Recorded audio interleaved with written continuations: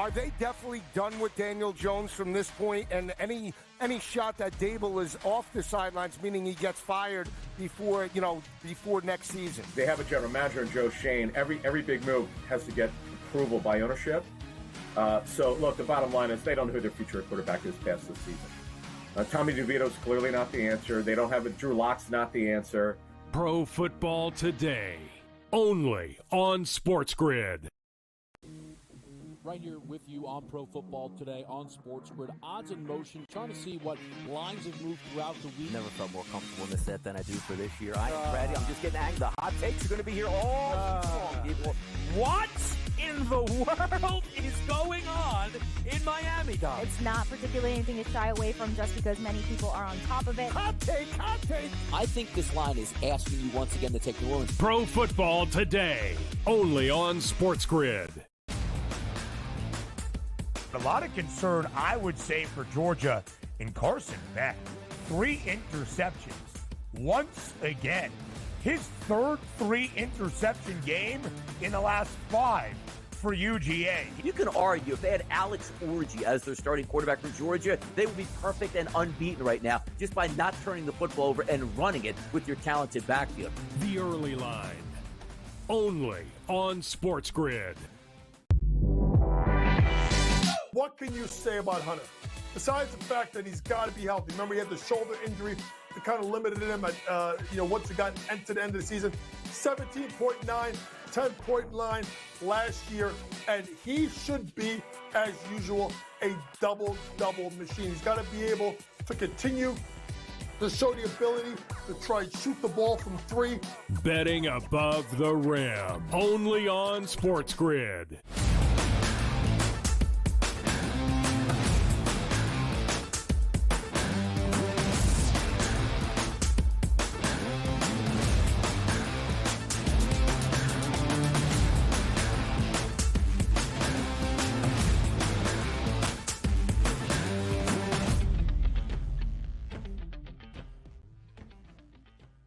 Live right here on this Thursday on the early line on SportsGrid. We welcome you to hour number 3, our third and final to set the stage for Thursday Night Football, the start of the second half of this NFL season. Week 10 kicks tonight with an awesome game, a marquee matchup, a divisional duel, an AFC North rivalry between the Bengals and the Ravens. We'll talk Thursday Night Football from the lens of the public in just a moment. We'll have some hardwood handicaps, your 2 premier NBA handicappers back on the network, DRS and myself, and a Thursday night slate in college hoops. Big Ten teams, multiple, already playing their second game of the season on the 4th day of this young college basketball season, and then the prop perspective with Tom Vecchio for Thursday night as well. Ton to get to here, DRS, in this final hour of a Thursday on TEL.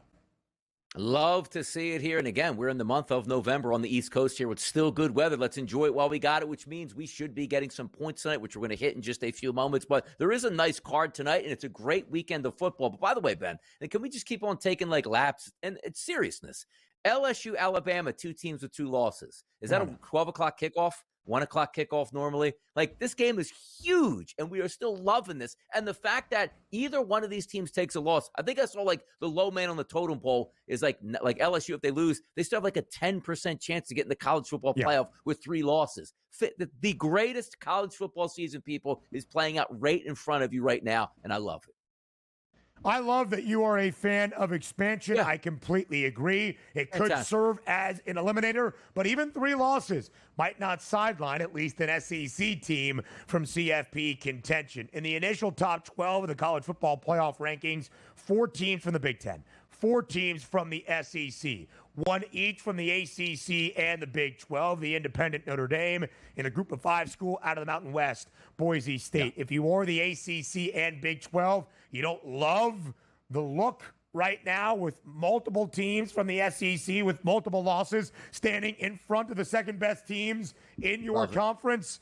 But that remains to be another question for another day. DRS, let's hear from the people to get you set for Thursday Night Football. What is the best bet to start Week 10 in this awesome game between the Bengals and the Ravens? It was the question in Fade the Public.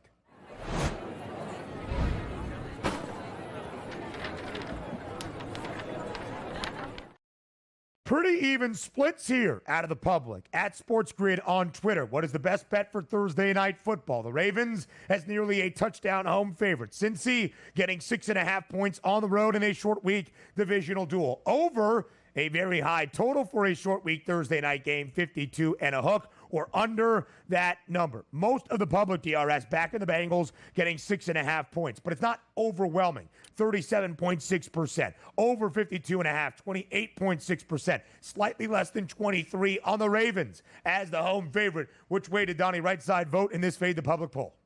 For me, I actually voted for the Ravens minus 6.5, which is only 22%. So sort of that fading the public, taking the Bengals at plus 6.5. The fan of me would love to take the Bengals plus 6.5 because that means they're going to be in the game all the way and probably be a good running mate towards that Ravens offense. The over also, I would love to bet the over 52.5. Not really a total backer per se anymore, more of a team total guy if I go that direction. But I can't fault to see where the public's going because just based on the history of these two franchises and the way they play in the game they just played early in the season, it should be a close one. But I do think the Ravens win this football game. And I think they're talented enough to be able to pull away. The one thing I know, that's a bad defense for the Bengals. Can Joe Burrow pull a rabbit out of a hat? Yes, he can. Did he play very well last weekend without T. Higgins throwing 5 touchdown passes and technically 6 because he threw a pick 6 the other way to the Raiders? But the previous week before is the game I want to focus on, where the Philadelphia Eagles came into town with a talented offense and a decent defense at that time and just took Cincinnati apart. You take away T. Higgins from that offense, you can more center it on Jamar Chase to try to slow him down. I just don't know if the Bengals can keep up. So if the Ravens win this game, which I think they do, I'm going to lay the 6.5. So I'm fading the public with the 23%ers out there.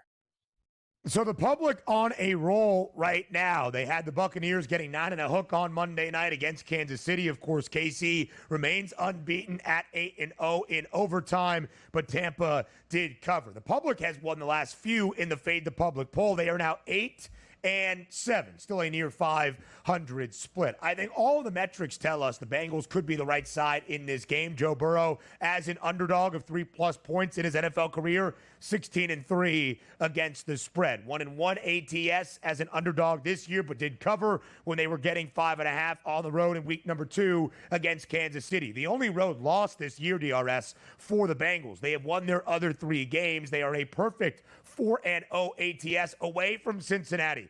Where did that game against Philadelphia happen? At home. Where did the first game against Baltimore happen? At home. In terms of the total, it makes a lot of sense, even on a short week in a divisional rivalry, to see this number north of 50 at 52 and a hook. You heard the stat from Mark Zinno, the highest Thursday night football short week total we have seen in nearly 3 years. The Ravens have gone over in 8 of 9 games this season. The Bengals have played to the over a ton as well. The first matchup between the two, DRS, was well over by the time we even got to overtime, but it ended at 41-38. I think you and I said it as we previewed this game to start hour 2. It's probably not a game to say, you know what, too many points, under. It might just not be a game to say, although I expect offense, I'm going to bet the steep part of the market at the over of 52.5. Exactly. And look at the Ravens team total. You're not getting anybody. You say, Donnie, the Ravens going to score a lot of points. Yes. It's like, okay, can they get into the high 20s? Sure they can.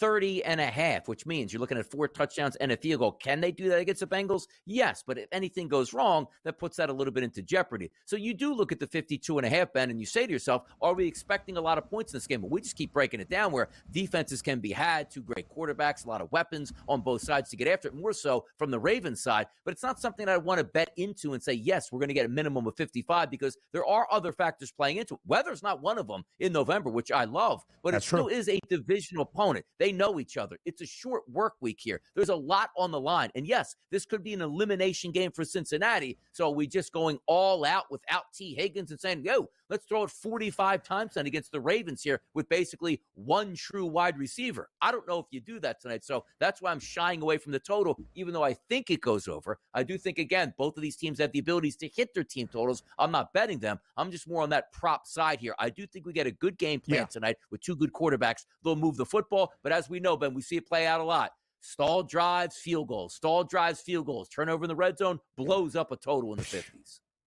For sure. And if you have a few of those, 1 or 2 early, see you later. And maybe that's a time live as you're watching NFL football in-game live game day that you can find those opportunities alongside Donnie Right Side, Joe Lisi, and Kevin Walsh. DRS, if you think there is going to be some points, and I do, I don't think this is going to be 17-14, right? Yeah. Here's a way I would play it. We have talked about both quarterbacks, Lamar Jackson and Joe Burrow, over 1.5 passing touchdowns. Both have juice on the over. Joey B at minus 168 against the worst secondary in football, and we know Lamar Jackson can add it up as well. Combining those two for both quarterbacks to throw multiple touchdown passes tonight, plus 158, an angle I would approach and a number I kind of like. No, it makes some sense. That's the way you're going to be scoring here. The one thing that makes me just a little bit nervous, and it shouldn't, because I told you last week my best bet was over 1.5 touchdown passes with basically one wide receiver on Cincinnati. Joe Burrow is going to find those guys. I'm not even doubting. It's crazy. Like, I'm not even doubting Lamar Jackson throws 2, but I'm just looking for, I don't need Chase Brown stealing any touchdowns inside the red zone if you're looking at maybe 3 total here for those Bengals. Yeah, you never know. And Derrick Henry is minus 260 to find Pater. That would more than likely be on the ground. More of the early line next.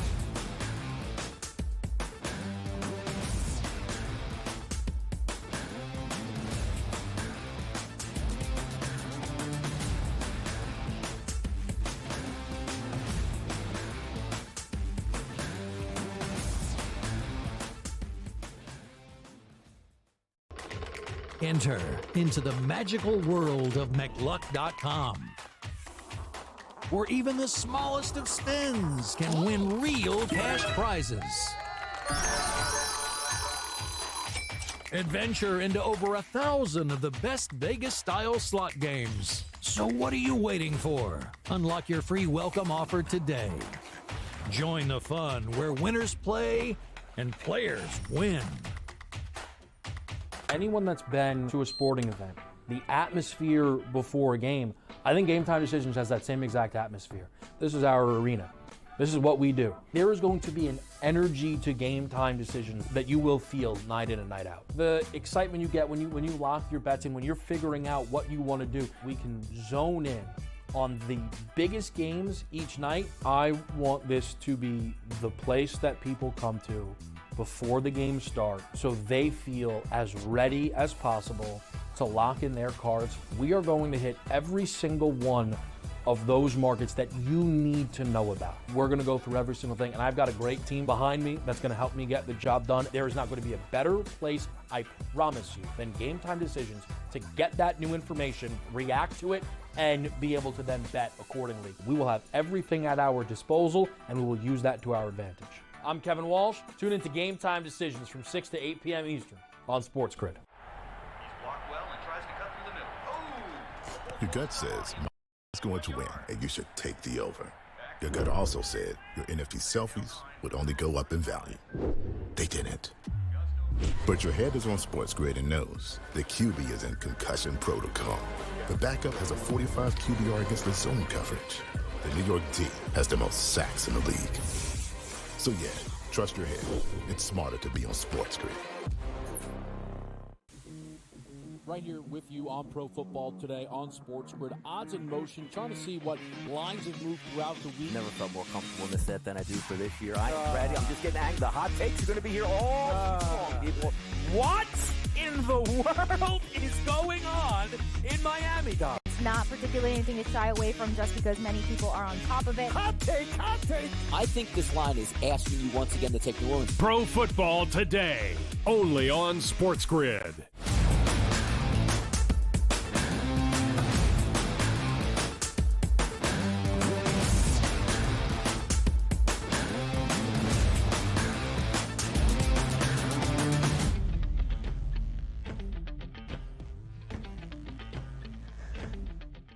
Live right here on the early line on SportsGrid. This is not going to happen that many times this year, so when it does, you must appreciate it. The two premier, actually, you know what? After football season, we might be back together a lot. The two premier NBA handicappers on the network, that's Donnie Right Side and myself, Ben Stevens. DRS, an atrocious start to the year for both of the teams that face off tonight in Milwaukee. The Bucks are 1-6. The Jazz are also 1-6. Maybe we expected poor play out of Utah. Not the case for Doc Rivers and the Bucks. They are a 9.5-point favorite at home tonight, who gets a desperately needed win in the state of Wisconsin. Yeah, that line, as you see on the graphic, was 9 early this morning. It's actually up to 9.5. Yeah. If you're just reading lines, that is a stone-cold line that there's for the Milwaukee Bucks, and rightfully so. Antetokounmpo will be back in the lineup. There's much more firepower on the Bucks side, but it's crazy that they sit there with one win on the season. That one win was opening night against the horrendous Philadelphia 76ers that didn't even have Paul George at that time. So I'm looking at it's not even a handicap where it's like X's and O's. Keontae George had a big night, Colin Sexton. Forget about that side of it. This line is screaming. A terrible basketball team is favored by double digits. I'm going to ride the line in this one. I'll lay the 9.5. It was the first win of the year for Utah on Monday against the Chicago Bulls. They won that game outright in the Windy City, 135-126 as an underdog. In fact, they have only covered as a dog 3 times this year. Utah has been an underdog in all 7 of their games. In 2 of their 3 covers, total over. Milwaukee covered on opening night. They have lost 6 straight since. They have only covered once. It was against the Cavs earlier this week, losing that game by 2. It is a stone-cold Milwaukee Bucks line, and you are right, DRS. Giannis is back. So how does Chicago respond, who's actually been off to a pretty solid start this year by Bulls expectations, after gifting the Utah Jazz their first win of the season? Tonight, inside the United Center, we only have 3 games in the NBA tonight. The Bulls, an 8.5-point underdog against Anthony Edwards and the Timberwolves. Total at 227, down by a hook. What do you like? Yeah, all at 8 o'clock tonight, too. This line opened up at FanDuel -7, is now creeping up as high as -8.5 that we see now in a total, listed at 227. For me, just looking at the starting lineups, doesn't look bad for the Bulls. Giddey, White, Levine, Williams, and Vucevic. I am going to take this and take the points at home, saying, you know what, Chicago, you should be able to stay within double digits of a Timberwolves team that is more talented. I'll take the home team Chicago Bulls tonight with the points here. The Minnesota Timberwolves, favored in every game this year, are 4-3 and just 2-5 against the spread. Normally a defensive standout last year. The T-Wolves over in 4 of 7. Chicago over in 5 of 8. DRS, the Bulls started 3-2, and it was the first time in nearly 2 years Chicago was above 500. They have now dropped 3 in a row. They have not covered in any of those 3, and they have gone over in 3 consecutive games. San Antonio Spurs, of course, we brought you the news earlier this week, or maybe you have seen Greg Popovich is dealing with a health issue at this moment for San Antonio. The Spurs, a 4-point home favorite tonight against the Portland Trailblazers. Victor Wembanyama trying to turn this San Antonio franchise back into winning ways. It's been a slow start here in his sophomore season in the NBA. Yeah, kind of disappointing, too, because the Spurs are at home. This line opened up at the FanDuel Sportsbook here in New Jersey at 5.5. Now we're down to actually 4 as the live number in a total that's listed at 218. So once again, it's not necessarily chasing lines per se, but we have the feel that San Antonio shouldn't really be a favorite in this game, and it's more of a toss-up. I'll go road team Portland Trailblazers and bet with, I should say, that line movement, dropping at about 1.5 right now. Yeah, the Spurs were an underdog in basically every game last year, or a good majority of their games. I think 73 of 82, something of the sort. San Antonio only a favorite once this year against the Jazz team we have talked to you about that has been off to a dismal start this season. They did win that game 106-88, covering as a short 2-point favorite. Game also stayed under. San Antonio under in 4 of their first 5, now over in 3 straight. I still think San Antonio playing their best basketball, total stay under because of the defensive presence of Victor Wembanyama. Portland also 3-5 this year. They have been an underdog in every single game. They're 5-3 against the spread, so they have been decent in terms of their odds expectation. In fact, outside of their last game against New Orleans that they won outright, this the shortest number that the Portland Trailblazers have seen as an underdog. Every other game, a 6.5-point spread or greater. Of course, Scoot Henderson on one side, for Portland, 3rd overall pick. Now, 2 summers ago, Victor Wembanyama, the number 1 overall pick for San Antonio. And he has struggled this year a little bit, has Wemby. DRS, when you look at the season awards, of course, Victor Wembanyama, 20-1, 25-1 to win the NBA MVP award before the year got underway. He is now at 100-1 to win that MVP honor because it has not been the prolific start that many expected out of Wemby in his second year. I know there's always a lot of expectations on him. Remember his first, summer league game where he didn't play that well, and he's an absolute bust. Can't believe they took him. The guy from France, you got to at least let him play in the NBA. He looks just fine. He'll be just fine this year, too, because his usage rate is going to be absolutely massive the rest of the way. So maybe you are getting a discount on Victor Wembanyama because young players typically get better as their early seasons move. Do we expect Wembanyama to come and have a triple-double every single night, a quadruple-double at this point? No, but I guarantee you by January and February, those numbers will be crazy good. It's just a matter of can San Antonio hang around and play meaningful basketball games to sort of amplify what he's doing. That's also part of it, right? I believe the win total for the Spurs prior to this season was somewhere in the mid to upper 30s. 39.5 is the number that kind of sticks in my brain. If that is the case, and they get close to that, they're still probably not going to be a playoff team in the Western Conference or in the play-in tournament, but it just shows growth for this San Antonio organization. In fact, DRS, right now, there are 9 teams around the Western Conference, at least a game above 500 or better. There are only 2 in the Eastern Conference. It's the undefeated Cavs and the reigning champs, the Celtics, at 7-2. Everybody else in the Eastern Conference is an even 500 or worse.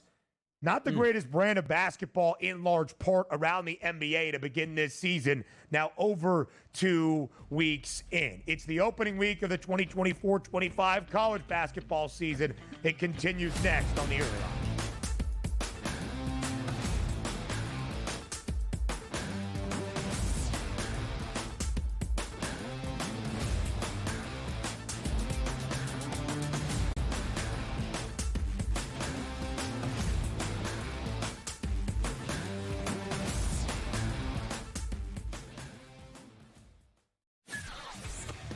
Are you okay with him moving to the head of the class of the Heisman with those 2 games? Because he wasn't even in the discussion before those 2 games. This is a big opportunity for Dylan if he wants to continue to make his case for the Heisman Trophy, and I think he's shown that. What is he, a 6th-tier player who's going to probably end up setting most of the passing marks because he's been around for so long? So why not also throw a Heisman Trophy in the mix? Pharrell Coast to Coast. Only on SportsGrid. Anyone that's been to a sporting event, the atmosphere before a game, I think Game Time Decisions has that same exact atmosphere. This is our arena. This is what we do. There is going to be an energy to Game Time Decisions that you will feel night in and night out. The excitement you get when you lock your bets in, when you're figuring out what you want to do, we can zone in on the biggest games each night. I want this to be the place that people come to before the games start so they feel as ready as possible to lock in their cards. We are going to hit every single one of those markets that you need to know about. We're going to go through every single thing, and I've got a great team behind me that's going to help me get the job done. There is not going to be a better place, I promise you, than Game Time Decisions to get that new information, react to it, and be able to then bet accordingly. We will have everything at our disposal, and we will use that to our advantage. I'm Kevin Walsh. Tune into Game Time Decisions from 6 to 8 p.m. Eastern on SportsGrid. What can you say about Hunter? Besides the fact that he's got to be healthy. Remember, he had the shoulder injury that kind of limited him at, once he got into the end of the season. 17.9, 10.9 last year, and he should be, as usual, a double-double machine. He's got to be able to continue to show the ability to try and shoot the ball from 3. Betting above the rim. Only on SportsGrid.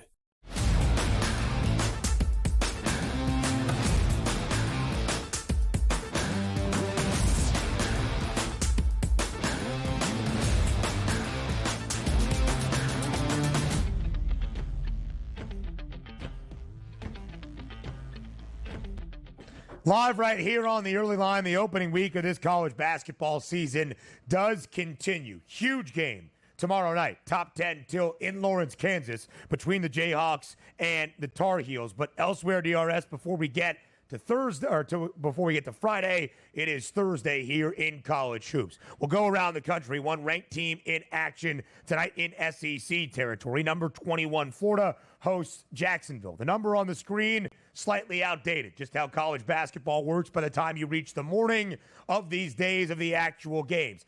20.5 was the number. Florida now laying 23.5 against Jacksonville. And if you want to keep it under 24, you got to pay some juice. It's minus 120. If you can get in early on non-conference college basketball games, heck, even conference college basketball games, and the line works to your favor, it is always a very good sign. Sometimes when you see line and market movement, DRS, you're like, okay, people are wagering on that a ton, or maybe I'm getting the better of the number because I still feel very strongly this is the right side. In college basketball, more than most, if the market moves, it is for a reason. Florida now a 23.5-point favorite against Jacksonville tonight. Yeah, and a lot of these teams really flex their muscles early in the season by absolutely hammering these teams that aren't as talented. And we see it on the night-to-night basis. Last night, hey, Sacred Heart goes to play, UConn. Oh, this is the new UConn team. What are we going to get? A little bit sluggish to start. You saw the final score easily covering into the mid-30s here. You get those sort of vibes today from Florida and Jacksonville. The only good thing, I guess, is Jacksonville's not too far away from Florida where they're playing. So it's not as if they had to travel 500, 600 miles just to get to town. So maybe there's that, but it's hard. Like action last night, I can look at some statistics because those guys have played a couple games and maybe cash a bet. It's very hard for me to start the season where I don't do a lot of research on these teams just to try to take a flyer on players I don't know, which is why Ken Palm is the single best college basketball betting source you can have, but it doesn't work for me until January. It doesn't. What do you mean it doesn't work? Like you haven't like the numbers. There's not enough numbers. No, like the perfect scenario for me is 10 conference games being played. It's a very short sweet spot, but they're really profitable because you can look at those statistics and go game by game, and they're fantastic. Right. But it's hard to say those same statistics where Florida's going to be playing Alabama are the same as Florida versus Jacksonville. It just doesn't help me out that much. For sure, right? You have the power ratings and the projections of what Kenneth Pomeroy does, and they are very sound. Just for instance, we know Florida's going to be a really good offensive team. Walter Clayton there for Todd Golden. It's how they're going to do things in Gainesville. And they play at a fast tempo, 20th fastest right now in college basketball. Those numbers will become more secure, of course, as this season plays out, certainly by the time we get to conference action. Total 153.5. Florida did score 98 in its season opener against South Florida. Of course, a tough night for USF basketball after the sudden passing of their head coach, Amir Abdur-Rahim. So that was an interesting game. Florida did struggle early, but they ended up winning by 15, 98-83. Multiple Big Ten teams in action for their second games of the year. Wisconsin hosts Montana State. Montana State has been a tournament team here as of late. In fact, their head coach, Danny Sprinkle, now in Washington. 16.5-point spread in favor of the Badgers. Iowa, a slow start, but Peyton Sanford is going to be one of the best players in the Big Ten. He nearly had a triple-double for the Hawkeyes in their opener. 24.5-point favorite against Southern. Michigan State, big weekend and early next week on the horizon. 27.5-point favorite against Niagara. USC and Eric Musselman. Ton of new players in L.A., of course, under a new coaching staff. 23.5-point favorite in the Galen Center against Idaho State. So many games we got up there. What is it, 6 total? I'm going to say you would go 4-2 worst-case scenario, laying the points in every one of those spots. What do you think about that? What do you think? I think that's right. Yeah. I think that's very fair, right? It's tough, Donnie, right, to look at these numbers and say, here's why I think Southern is going to keep it close against Iowa, right? Their style of play is going to limit what the Hawkeyes do. Sure, Iowa's defense is not, whatever your reasoning might be. The numbers are the numbers. It's going to sound really dumb, like the standard is the standard. The numbers are the numbers right now in this portion of the season for a reason, right? We showed you some of the recaps of yesterday. There's going to be some monumental upsets, like Villanova getting beat at home by double digits as a 17.5-point favorite. There are going to be some underdogs that cover, like Lipscomb last night losing by 16 as a 17-point dog against Arkansas. But more than likely, Donnie's point is pretty sound. Connecticut was laying 34.5 last night. They win by 36. Rutgers was laying 17.5 last night against an NCAA tournament team in Wagner. They won that game by 23. right? The edges are not monumental right now unless you really feel as though you have some. It probably makes sense to see hefty favorites and lay a couple of those prices. Prop perspective for Thursday Night Football. The Sports Grid's Tom Vecchio. It's next.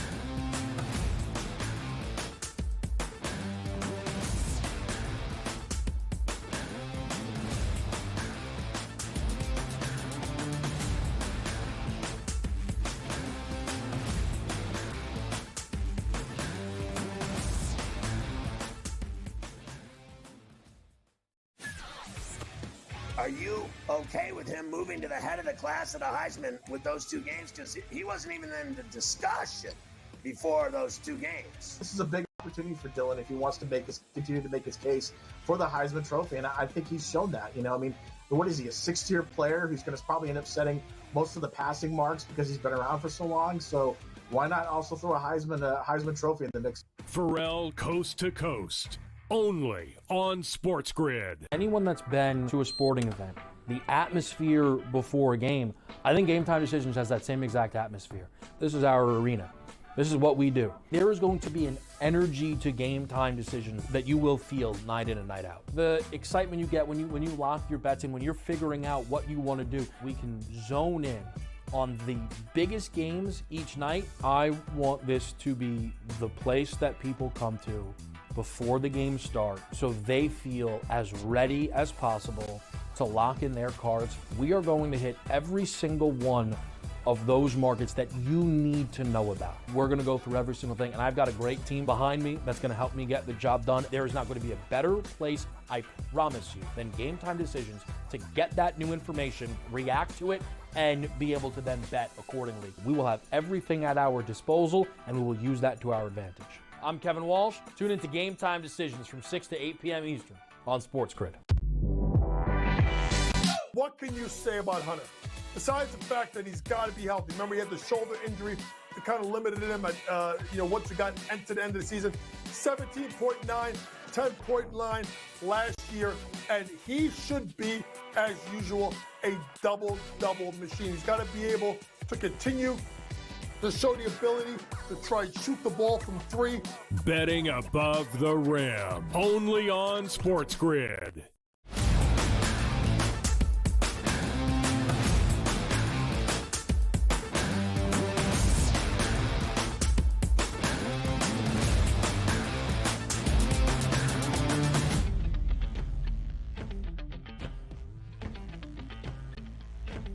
A huge and monumental Thursday night football game to kick off week number 10 in the second half of this 2024 NFL season. Tonight in the Charm City. It's an AFC North rivalry. It's a divisional duel. Of course, no love is lost between the Baltimore Ravens and the Cincinnati Bengals. To provide that prop perspective for Thursday night football and elsewhere at SportsGrid's Tom Vecchio here on this Thursday on the early line. Tom, as always, thanks for your time. Of course, thanks for having me. Normally I like to come on here and, maybe make a joke, but let's hop right into things. And Joe, if we have that graphic, the question I will ask, Ben, you already know, but Donnie, the question is, what does week 11 of last season mean for the Ravens and specifically Mark Andrews? November 16th of 2023. What does that game mean? I know where you're going because I actually saw the writing now here, but I lost a wager on that football game. And Kevin almost walked off the set because he had a couple weeks in a row where key guys were getting injured. So we remember this very fondly, and we're now looking for a breakaway from broken ankles. How about that? Right. And this is where I want to start. And this was the game last season, to get to right to things. This was the game last season where Mark Andrews got hurt. And, I don't want to say like this derailed the Ravens season. They obviously made it to the AFC Championship game, but Andrews was in a good spot last year. He was having a great year. He comes back. He just wasn't himself in that final game. So ultimately, one of my takes for tonight is that he exacts some revenge against the Bengals. And this is a legitimately good spot. We'll dive into the stats in a little bit, but I do think this is going to be a very, very solid game for Mark Andrews tonight. We will get to that angle for sure. It was not just Mark Andrews who did not play again, or he did actually come back by that AFC Championship game, but missed the remainder of the regular season. It was Joe Burrow with the injured wrist that would sideline and completely shell everything Cincinnati was trying to do. It was a huge game entering. It was a significant stage. It was great for the first quarter and a half. And then, of course, it kind of was hampered a little bit. So, Vecchio, it feels, again, really important tonight entering this Thursday night football game. Both teams started winless. The Ravens in their first 2, the Bengals in their first 3. Baltimore has responded, winning 6 of its last 7. Cincinnati has responded, winning 4 of its last 6. It is a huge game tonight. It is a 6.5-point number in favor of the Flock. It is a very high total for a short week Thursday night football game, 52 and a hook. Vecchio, what are the numbers telling you about how we can expect this game to play out tonight in Baltimore? Yeah, that 52.5 number is certainly very high, for a short week. It's prime time. It's also a divisional matchup, and I know how good the Ravens offense has been, and the Bengals offense has certainly been solid over the past few weeks. But, man, 52.5 in, I'm going to say, like a borderline must-win game for the Bengals just seems like a bit much. And their defense has been playing better over the past few weeks. I would say we have to take that with a little bit of a grain of salt, considering they played the Giants, the Browns, and the Raiders over some of these recent games. And listen, it's tough to take an under on a Ravens team that could drop 30 points before you know it, and we'd be cruising towards the over, but I still think the under is the best way to go. I will also say, there's a lot of trends out there, something I'm not, huge on, that Burrow is, I think it's 18-3 when he's an underdog of 3 points or more. So there would be a path to the Bengals covering, but the Ravens still winning. I think that's what we could be seeing tonight. Let's take a look at the quarterback position, and 2 of the best in the business going to go toe-to-toe. That's Lamar Jackson and Joe Burrow. They were fantastic in an offensive shootout last time they met on the field just a few weeks ago. Good weather conditions tonight in Baltimore. 232.5, that passing prop for Lamar Jackson. For Joe Burrow, 268.5. Each one of them, of course, 1.5 touchdown passes. Juiced a little bit differently. Lamar Jackson, minus 128. Take a look at Joe Burrow, minus 168. The play of the quarterbacks tonight, what are we looking at, Tom? I mean, Burrow has been awesome this year, right? And the Ravens secondary is absolutely terrible. They're giving up 280 passing yards per game. That's the worst in the league. And some of that is obviously game script where they're, like I said, they're putting up 30 points a game. So we see these teams constantly playing from behind. So we're just seeing a lot of quarterbacks rack up yards. I would say the same thing. It's kind of in line with, the Bengals covering, the Ravens still winning. I think there's a path to Joe Burrow hitting the over on his yards, his attempts, his completions, because he's been so efficient this year. He's not throwing interceptions. He's completing at over 70%. I think there's a chance that Burrow hits the over on all of his props, and that we see the Ravens still win the game. Yeah, it could be that case right now. Baltimore this year has laid 5.5 points or more 4 times. They are 2-2 both straight up and against the spread. Of course, outright losses to the Raiders and the Browns. When you look at the Bengals, a dog just twice, 1-1 ATS, no outright wins. They did come close in that overtime thriller against the Ravens back in week 5, and of course in week number 2 on the road in Kansas City. Cincinnati, a perfect 4-0 though against the number away from home this year. Of course, when you talk about Baltimore though, Vecchio, it's not just Lamar Jackson, it's the ground game with Derrick Henry. In all 6 victories for the Ravens this year, Derrick Henry has gone over his rushing yards prop of 89 and a hook that is listed for tonight. Let's say the Bengals do cover, but as you have pointed out a few times, the Flock does end up winning outright. How much of the king will we see against this Bengals rush defense? I think it's going to be, as usual, a Derrick Henry game. He's always going to be in the mix. When it comes to his rushing yards, as I say with a lot of top tier players, whether it's basketball, I think these lines are super efficient. So I actually like looking to Derrick Henry longest rush over 19.5. We always see him break off these big runs. So, maybe you don't want to go to him over 89.5. Like, he could realistically end this game with 85, and I still think the Ravens would be in a good spot. I think the carries and the longest rush over 19.5 are actually my 2 favorite for Henry, rather than going to his yards alone. And I will also be looking to take an under on his total receptions, which I haven't been able to find. He's not involved in the passing game. That's just what it is. He has maybe 1 reception on a week-to-week basis. If I can find under 1.5 receptions for Derrick Henry, that's what I'm going to. I just haven't been able to find it yet. Let's take a look at those pass-catching players here tonight. You got some great options on both sides. Top dogs here. Zay Flowers for the Baltimore Ravens. He's listed at 60.5 as a receiving prop. Jamar Chase at 82.5. And Mike Gesicki has now crossed over the half-century mark at 50.5. A lot of steam this week. How are we playing the wide receiver position, which also, from this morning, Ben and I were talking about, Deontay Johnson was 20.5. He's now down to 17.5 here, Tom. So I really do like Chase, and I think this does play into the game script where we do see the Bengals, likely playing from behind. Again, 280 passing yards per game that the Ravens allowed. He torched them earlier this season with 193 and 2 touchdowns in that game that went to overtime. So I like Chase. We're not expecting T. Higgins to play, so I think, again, there is a path for Mike Gesicki to see a ton of yards. Both teams are on the bottom 10 league when it comes to the most receiving yards allowed to opposing tight ends. So I like Gesicki. I think he's fine. I like Andrews tonight, like I said, specifically for the touchdown, which is sitting about plus 220. Bengals, they've allowed the 7th most receiving yards to tight ends, and they're tied for the 2nd most touchdowns allowed, up at 5 to tight ends. I still think that I'm not in love with Andrews' yardage prop. And I know that sounds weird. Like, I love him to have a TD, but I think there's a scenario where he has 3 or 4 catches for 35 or so yards. He maybe hits the under on his yards, but he still finds the tight end. The Deontay Johnson line sitting at 17.5, a part of me wants to take the over, right? They didn't have him involved at a heavy rate last week. Obviously, it was a short, getting him midweek. He just wasn't involved a lot. I like him over 17.5 just because I think they want to get him involved in the offense. Zay Flowers isn't going to be having 100 yards every single game. Like, they need a solid secondary receiving option alongside him. That's partly why they brought him in. So I could buy into over 17.5 for Deontay Johnson. Rashad Bateman has been great as well as of late for Baltimore, 58 yards in the first game against the Bengals. So, Vecchio, you have made the point about Mark Andrews. Why do you use the narrative to back up Andrews hitting Pater tonight? Yeah, so the narrative is always like a fun part. I always like to add in, I always like to start things off with like high player usage, players that I'm expecting for positive regression. The Bengals are legitimately bad against tight ends this year. That's the one thing that I want to know. And then adding in the narrative is a nice little thing. We've also seen Mark Andrews be better as the season has gone on, right? We all know he started off super slow. He's ending games with no catches, 1 catch for 12 yards. But I do think that this is a game where we do see Mark Andrews continue to emerge in their passing offense. And at plus 220, we're getting a solid red zone option against the team that's the 2nd most receiving touchdowns to tight ends this season.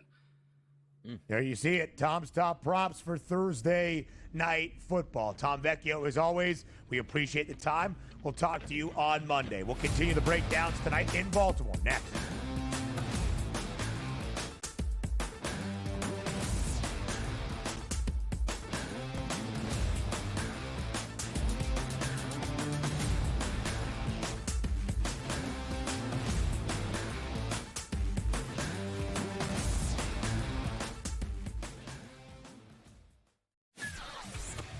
Are you okay with him moving to the head of the class at a Heisman with those 2 games? Because he wasn't even in the discussion before those 2 games. This is a big opportunity for Dylan if he wants to continue to make his case for the Heisman Trophy, and I think he's shown that. What is he, a 6th-tier player who's going to probably end up setting most of the passing marks because he's been around for so long? So why not also throw a Heisman Trophy in the mix? Pharrell Coast to Coast. Only on SportsGrid. Anyone that's been to a sporting event, the atmosphere before a game, I think Game Time Decisions has that same exact atmosphere. This is our arena.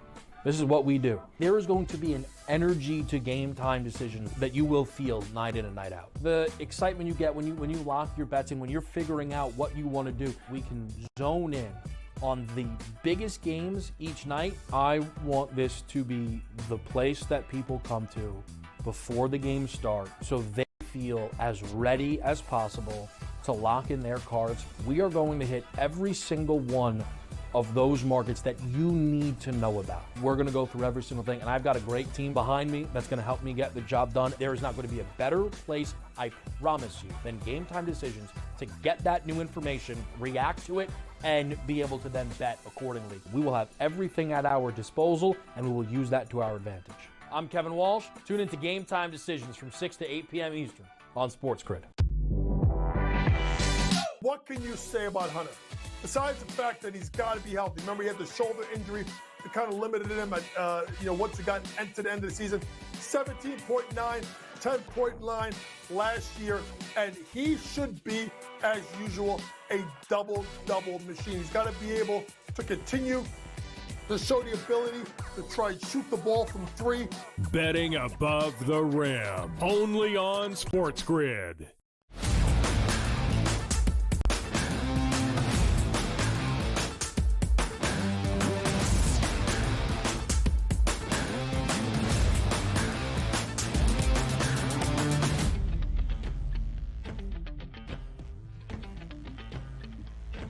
Thursday night football, a significant game, as we have shared. An impactful outcome will be decided tonight in the Charm City between the Baltimore Ravens and the Cincinnati Bengals. DRS, if you're looking for narratives, a reason to love a football game, this one pretty much ticks every box, right? AFC North rivalry, no love lost between these two teams or these two fan bases. That divisional duel adds on the significance. But at this stage of the year, starting the second half of the season, kicking off week number 10 tonight, it's even more than that. The Baltimore Ravens trying to exert their might as one of the top teams in the AFC and in the division. The Cincinnati Bengals, after trying to crawl their way out of the winless 0-3 start to this year, need every game that they can have, even though short week on a Thursday night on the road against a divisional duel, to get back into the playoff conversation.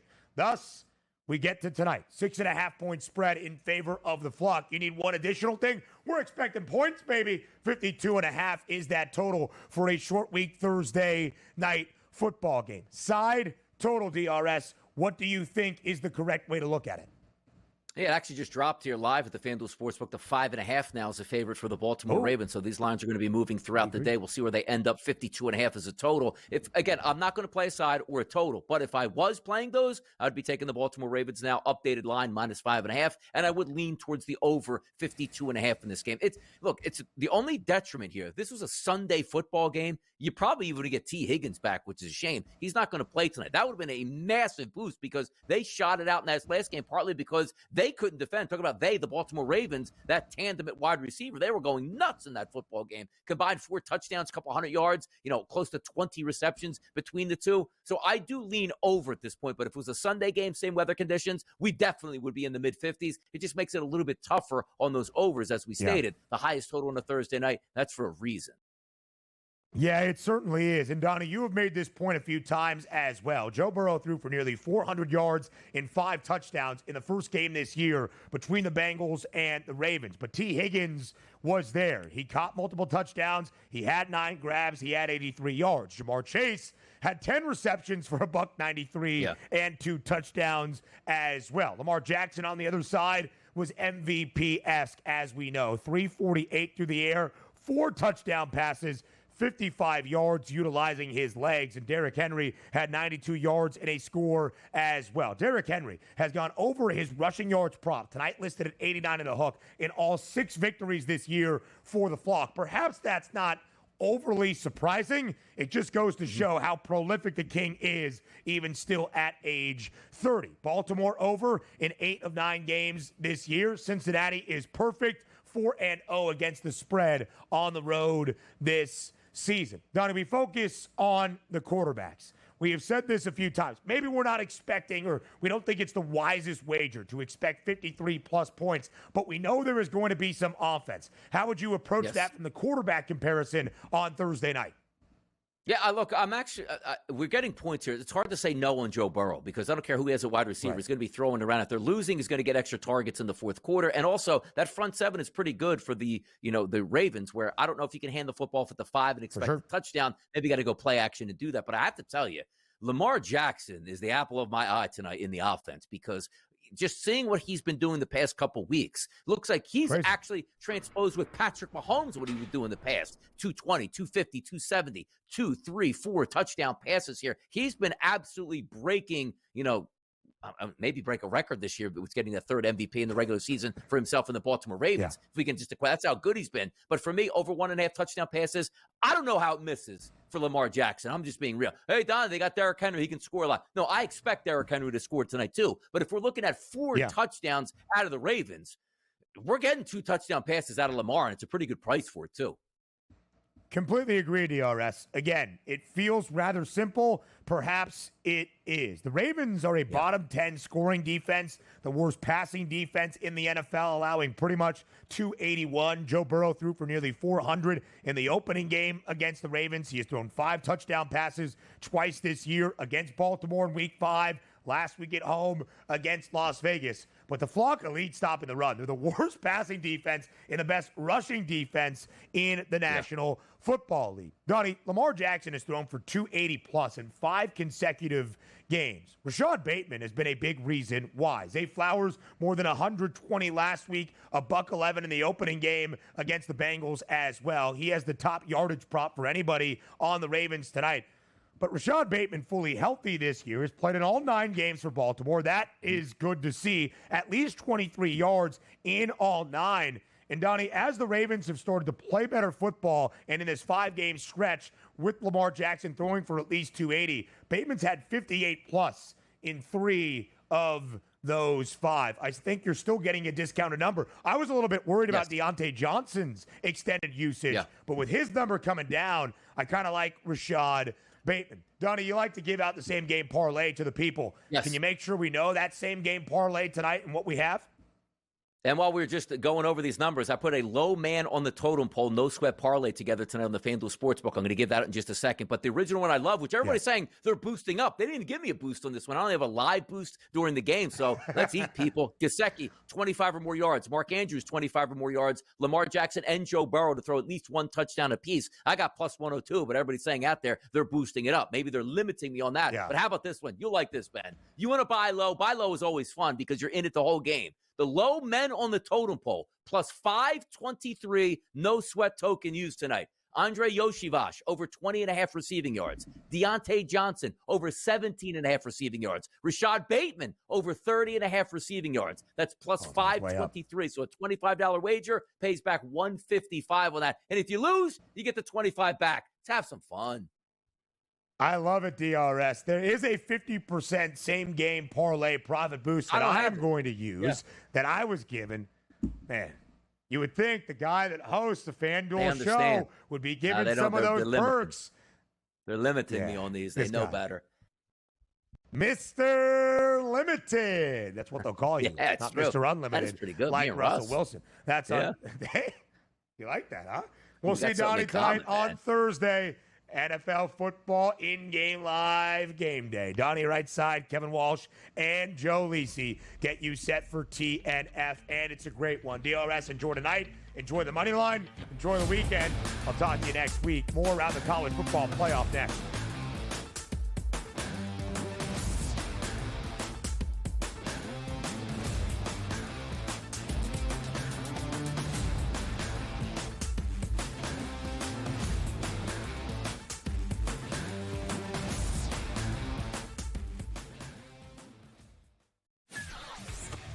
Are you okay with him moving to the head of the class of the Heisman with those 2 games? Because he wasn't even in the discussion before those 2 games. This is a big opportunity for Dylan if he wants to continue to make his case for the Heisman Trophy, and I think he's shown that. I mean, what is he, a 6th-tier player who's going to probably end up setting most of the passing marks because he's been around for so long? So why not also throw a Heisman Trophy in the mix? Pharrell Coast to Coast.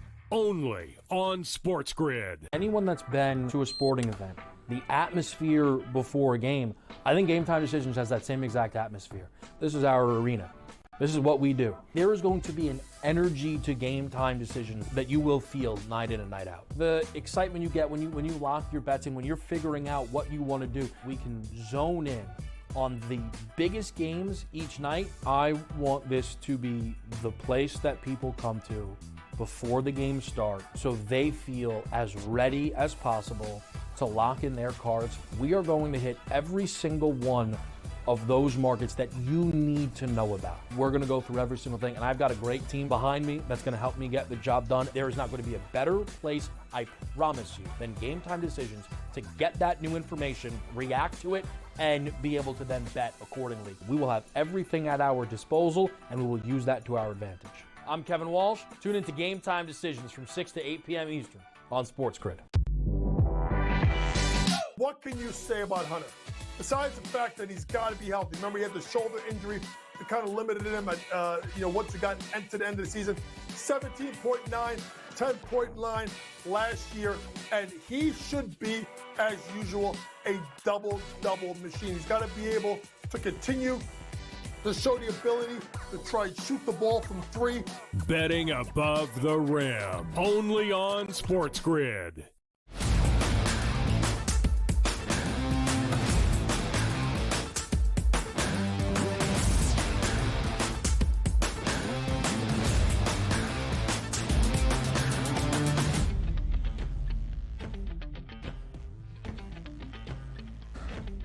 Now, I wasn't here yesterday, which is a real shame after the first unveiling of the college football playoff rankings this year and in the 12-team era came out on Tuesday night. So allow me to react a little bit delayed, if you will, but still the rankings haven't changed, so the reactions remain the same. Here is the top 25 of the first ever college football playoff rankings in the 12-team era. I'm sure they showed all of this to you yesterday. Oregon is number 1. Ohio State is number 2. Georgia number 3. Miami number 4, so on and so forth. In fact, the top 12 exactly reflects the 12 teams in the AP top 12. The only difference is Georgia is second in the AP poll, third in the CFP rankings. Ohio State leapfrogs them at number 2. But there are some main takeaways to pay attention to and what we can try to discern from these first rankings. Now, some might tell you